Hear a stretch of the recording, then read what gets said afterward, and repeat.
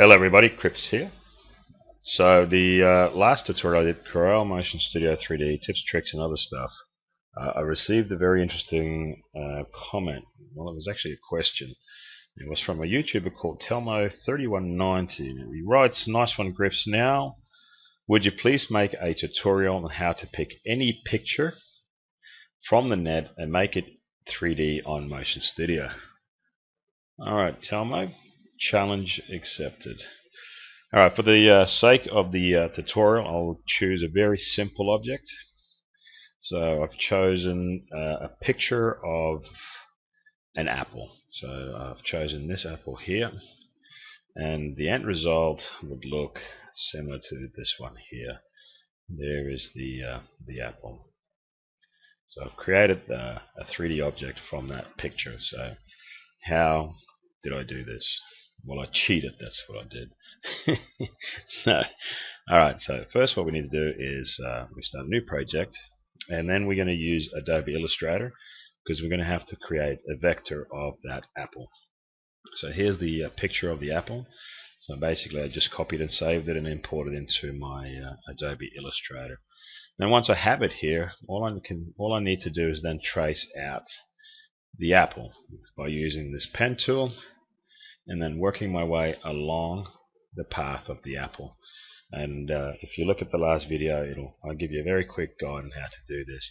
And the end result would be just the outline of the apple, which is here.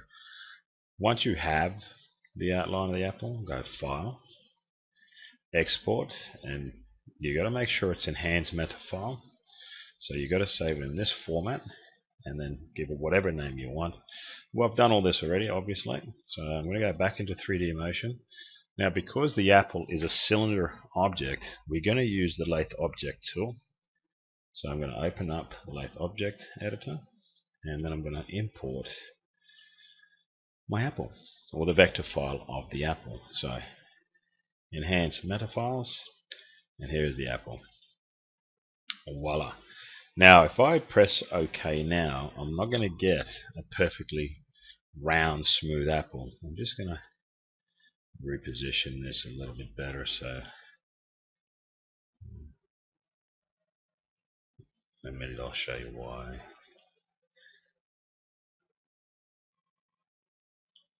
Alright, so if I press now OK, what I will get the apple, but it's slightly odd looking. Let me zoom in. Camera, zoom in. So it's not really a smooth looking apple. Like, you've got sharp edges here.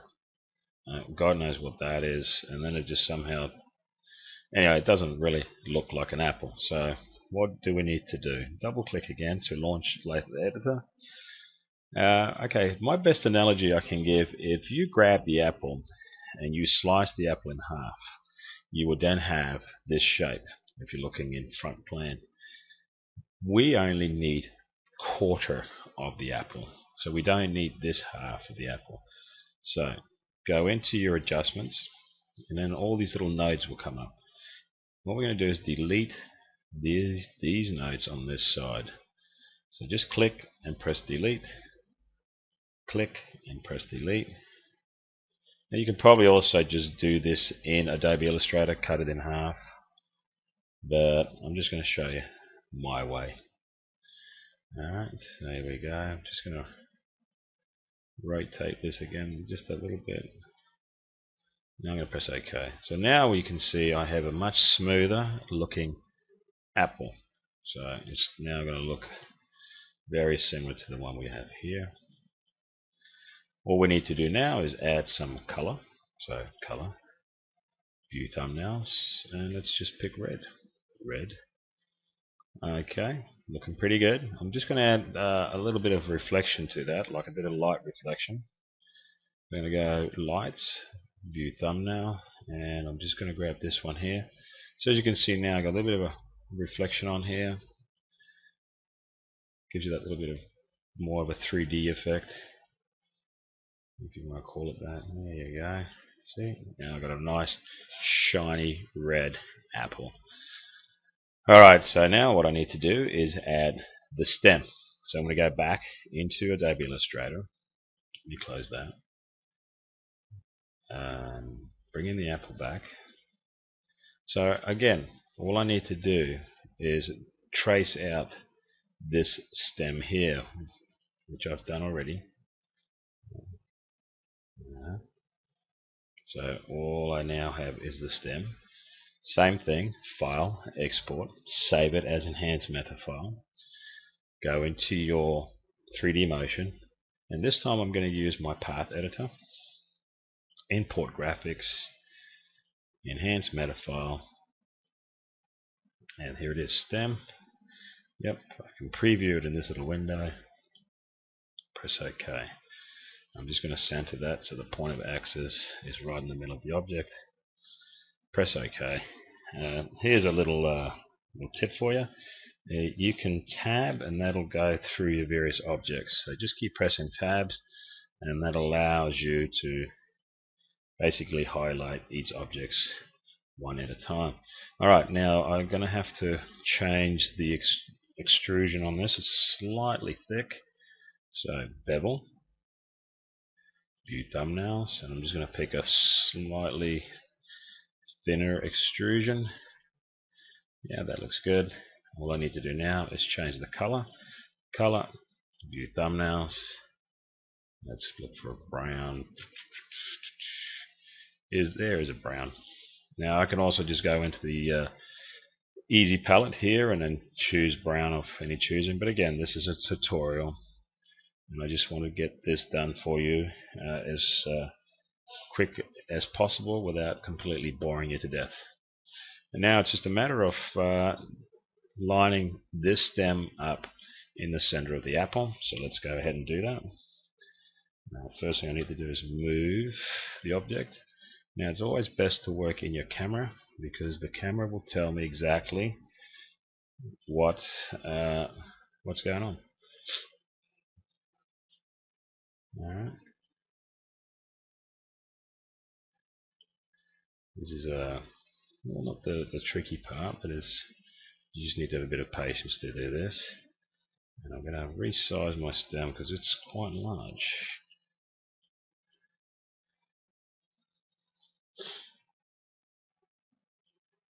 Probably a little bit smaller still. And then we're good to go, folks.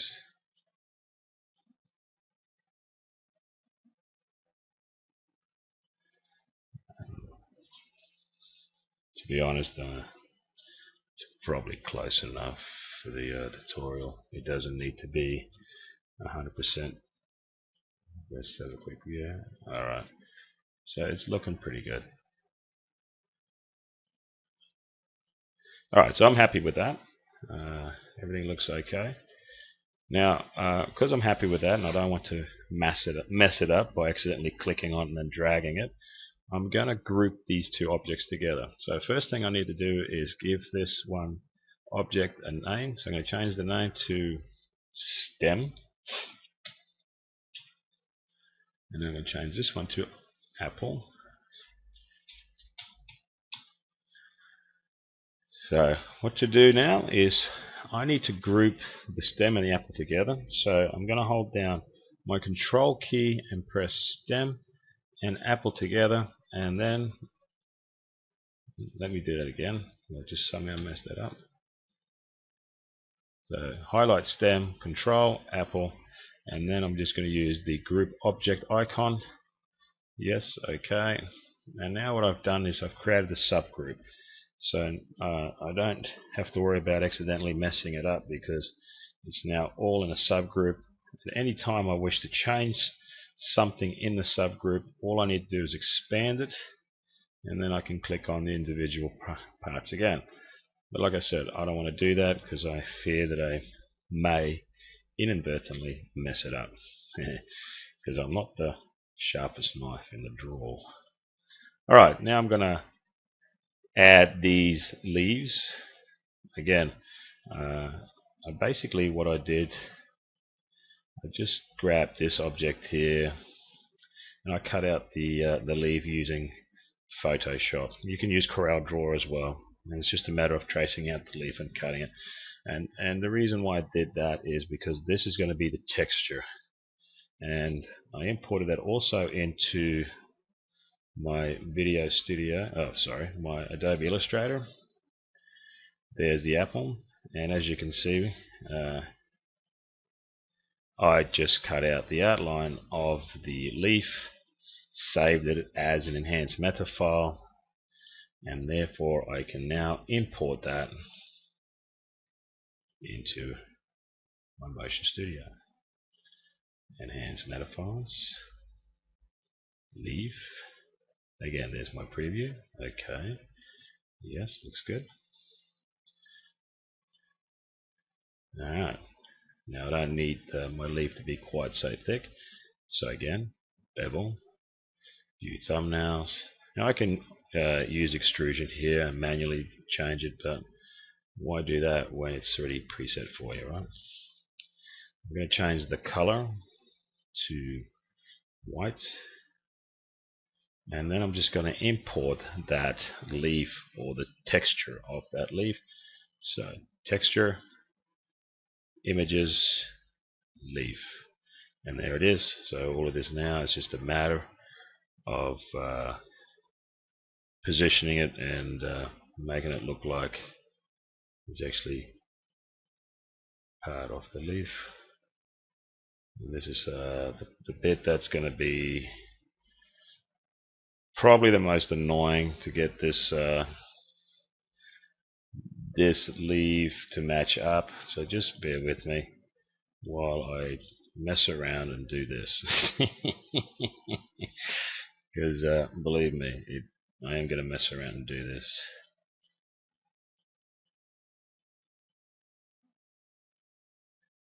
Almost there. It doesn't need to be perfect, because it's just a tutorial. And that's what I like about tutorials. Nothing needs to be 100% perfect, because I'm trying to demonstrate to you how things are done in the quickest time possible.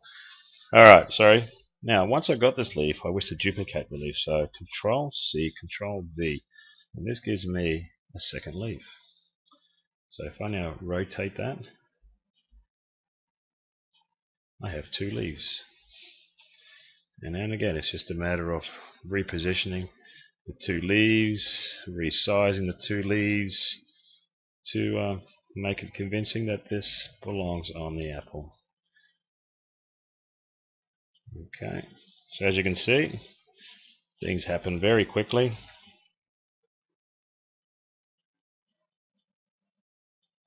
Let's make one small, one big, shall we? And let's rotate that slightly. And that one, yeah. And there you go, ladies and gentlemen. I have recreated the apple. Let's just have a look from the view from the top to make sure that the leaves aren't too wildly away. As you can see, they're not exactly perfect, so let me just line that up.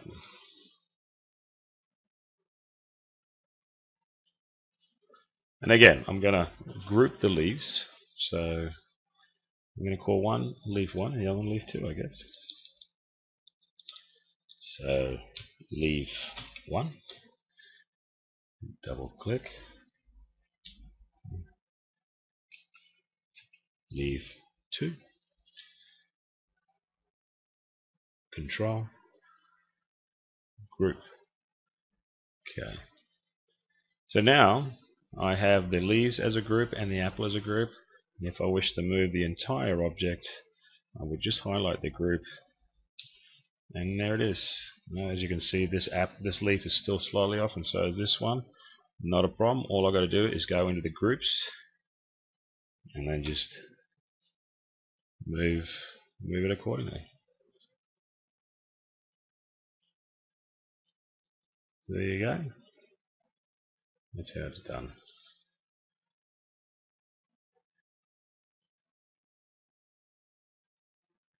Alright, that should look pretty close to, well, it's not, is it? But anyway, you get the idea. It's just a matter of moving these leaves into its proper position until it looks perfect, because the end result will be this.